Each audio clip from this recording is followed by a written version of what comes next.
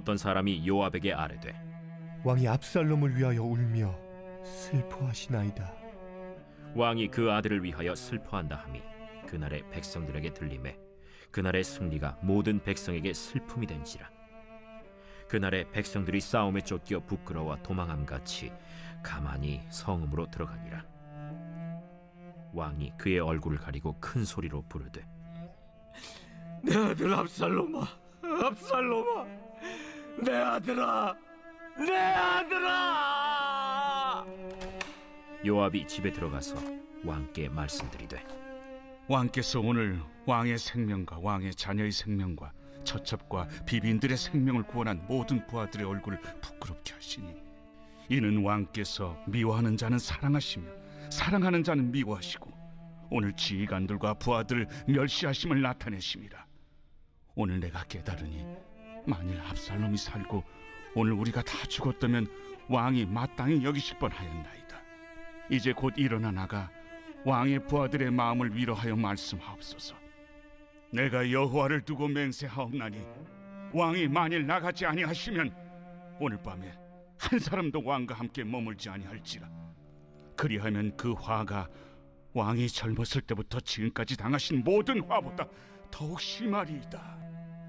왕이 일어나 성문에 앉음에 어떤 사람이 모든 백성에게 말하되 왕이 문에 앉아 계신다. 하니 모든 백성이 왕 앞으로 나오니라. 이스라엘은 이미 각기 장막으로 도망하였더라. 할렐루야. 오늘도 행복한 아침 묵상으로 하루를 시작하시는 우리 천안침례교회 모든 성도님들을 진심으로 환영하고 축복합니다. 우리 성도님들께서는 요즘 뉴스를 자주 보는 편이신가요? 아니면 신문을 보고 계신가요? 또 대부분의 젊은 분들은 또 핸드폰을 통해 인터넷 뉴스를 보기도 할 것입니다. 그런데 요즘 우리가 신문이나 뉴스를 접할 때마다 어떤 마음이 드시나요? 사건 사고가 끊이지 않아서 기분이 좋다가도 슬픔에 잠길 때가 참 많이 있습니다. 세상에 기쁜 소식도 참 많이 있을 텐데 접하는 소식들은 다 사건, 사고, 슬픔에 잠기는 일들이 참 많이 있습니다. 최근에 어린아이들이 교통사고로 생을 마감하는 슬픈 소식을 자주 접하게 되었는데요. 특별히 지난주에 수원에서 한 어린이 보호구역, 즉 스쿨존에서 신호를 어긴 채 우회전을 하던 시내버스가 8살 초등학생 1학년 학생을 치여서 숨지게 한 사건이 있었습니다. 아직 삶을 제대로 살아보지도 못하고 생을 마감한 이 어린이를 생각하면 참 가슴이 먹먹하고 안타깝고 이와 같은 소식을 들을 때마다 이런 일이 왜 이렇게 자주 일어날까 속상한 마음이 들 때도 참 많이 있습니다. 우리가 이처럼 뉴스로 접하는 사건들은 솔직히 남의 이야기이지만 나와 가까운 사람에게 이와 같은 안 좋은 일이 일어난다면 그 마음은 가히 상상할 수 없을 정도로 참 마음이 무겁고 어려울 것 같습니다. 슬픔에 잠겨서 아무것도 하기 싫고 아무것도 손에 잡히지 않는 그런 무기력한 삶을 살았을지 모르겠습니다. 그런데 오늘 우리가 묵상한 본문에도 이와 같은 슬픈 일을 겪고 슬픔에 잠겨있는 한 사람이 등장합니다. 바로 다윗입니다. 오늘 본문의 다윗은 자신의 아들인 압살롬의 죽음으로 인해 슬픔에 잠겨 있었습니다. 그 내용이 본문 1절에서 4절까지 쭉 이어지고 있는데요. 다윗은 왕으로 해야 될 일이 있었음에도 불구하고 자신의 모든 일들을 제쳐두고 슬피 울부짖기만 했습니다. 다윗은 슬픔에 잠겨서 아무것도 할 수 없는 상태였습니다. 왜냐하면 압살롬이 죽은 이유가 결국 자신의 죄로부터 시작되었다고 생각했기 때문입니다. 맞습니다. 하나님께서 우리아의 아내 밧세바를 범한 다윗의 죄로 인해 칼이 이스라엘에서 영원토록 떠나지 않도록 하셨습니다. 또 하나님께서 이스라엘을 벌하심으로 결국 압살롬의 반역으로 인해 어려움을 겪게 하셨습니다. 그래서 다윗은 오늘 압살롬의 죽음이 자신으로 인한 것임을 알고 헤어나올 수 없는 슬픔에 빠져 있었던 것 같습니다. 그런데 다윗이 슬픔에 잠겨 있다는 소식을 들은 이 요압이 다윗을 찾아와 이렇게 이야기를 합니다. 5절과 6절의 말씀을 우리 함께 읽겠습니다. 요압이 집에 들어가서 왕께 말씀드리되 왕께서 오늘 왕의 생명과 왕의 자녀의 생명과 처첩과 비빈들의 생명을 구원한 모든 부하들의 얼굴을 부끄럽게 하시니 이는 왕께서 미워하는 자는 사랑하시며 사랑하는 자는 미워하시고 오늘 지휘관들과 부하들을 멸시하심을 나타내심이라. 오늘 내가 깨달으니 만일 압살롬이 살고 오늘 우리가 다 죽었다면 왕이 마땅히 여기실 뻔하였나이다. 아멘. 다윗은 사실 슬픔에 잠겨서 아무것도 할 수 없는 상태였습니다. 그렇지만 다윗은 그저 슬픔에 잠겨 있을 수는 없었습니다. 왜냐하면 다윗은 압살롬의 아버지인 동시에 이스라엘을 이끌어가는 한 나라의 왕이었기 때문입니다.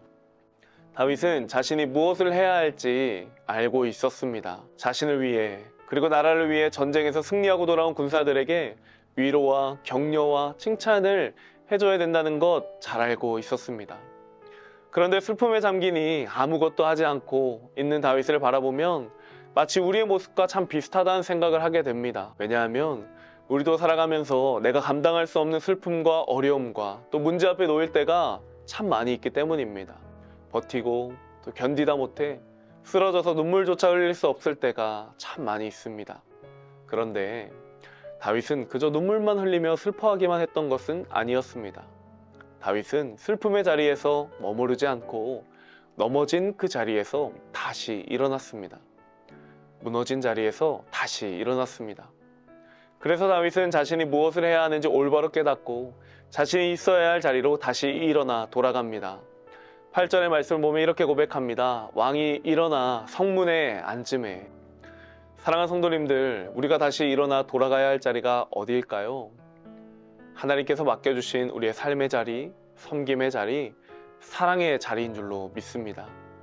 슬픈 마음으로 인해 아무것도 하지 못하고 또 아무것도 하기 싫은 성도님들이 혹시 계신다면 오늘 다윗을 다시 일으키시고 다시 왕의 자리로 불러주신 하나님께서 오늘 우리도 부르고 계심을 깨닫는 시간 되기를 소망합니다. 우리가 살아가는 이 세상 참 근심이 많고 죽을 일이 참 많이 쌓여 있지만 슬퍼하지 마시길 바랍니다. 다윗이 시편 30편에 고백한 것과 같이 저녁에는 울음이 깃들일지라도 아침에는 반드시 기쁨이 올 것입니다. 하나님께서 우리의 슬픔이 변하여 기쁨이 되게 하실 줄로 믿고 오늘 하루 나의 슬픔을 기쁨으로 바꿔주실 주님과 동행하시기를 예수님의 이름으로 축복합니다.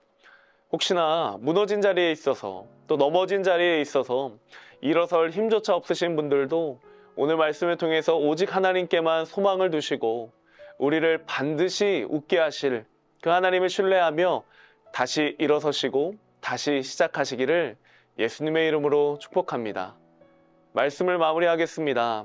다윗은 비록 자신의 아들이 죽어 슬픔에 잠겨 있지만 하나님은 다윗은 결국 그 슬픔의 자리에 머무르지 않게 하시고 다시 일어나 사명의 자리로 나아가게 하신 것처럼 하나님께서 오늘 무너지고 넘어진 우리들을 다시 일으켜 하나님께 나아가게 하실 줄로 믿습니다. 그 하나님과 동행하는 모든 성도님들 되시기를 예수님의 이름으로 축복합니다. 기도하겠습니다. 하나님 감사합니다. 오늘 다윗이 슬픔의 자리에 머물러 있는 것이 아니라 다시 왕의 자리로 자신이 있어야 할 자리로 돌아온 것을 통해서 하나님 우리도 슬픔에 잠겨있는 성도님들이 계신다면 또 고난과 어려움에 지쳐서 무너져 있는 성도님들이 계신다면 다시 일어나 우리가 있어야 될 위치로 돌아갈 수 있는 힘과 능력과 은혜를 허락하여 주시옵소서. 하나님의 사랑과 은혜로 주님과 동행하는 삶을 살아갈 때 하나님 맡겨주신 그 자리에서 우리를 회복시키시고 우리를 반드시 웃게 하시고 우리를 기쁨으로 웃게 하실 그 하나님과 동행하는 삶을 살아가는 우리 모든 성도님들 되게 하여 주시옵소서. 감사드리며 사랑이 많으신 예수님의 이름으로 기도드립니다. 아멘.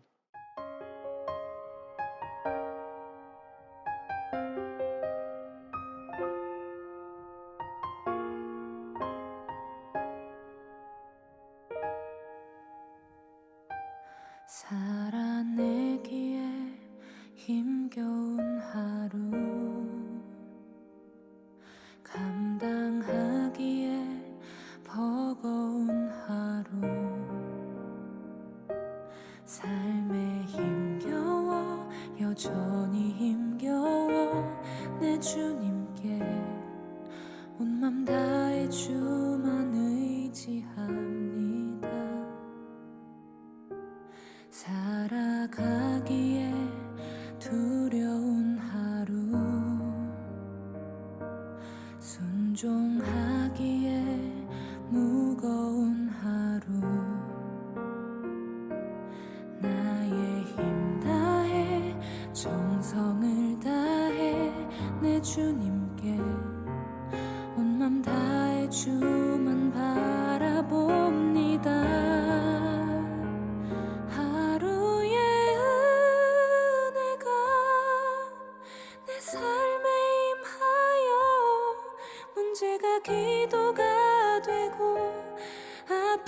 자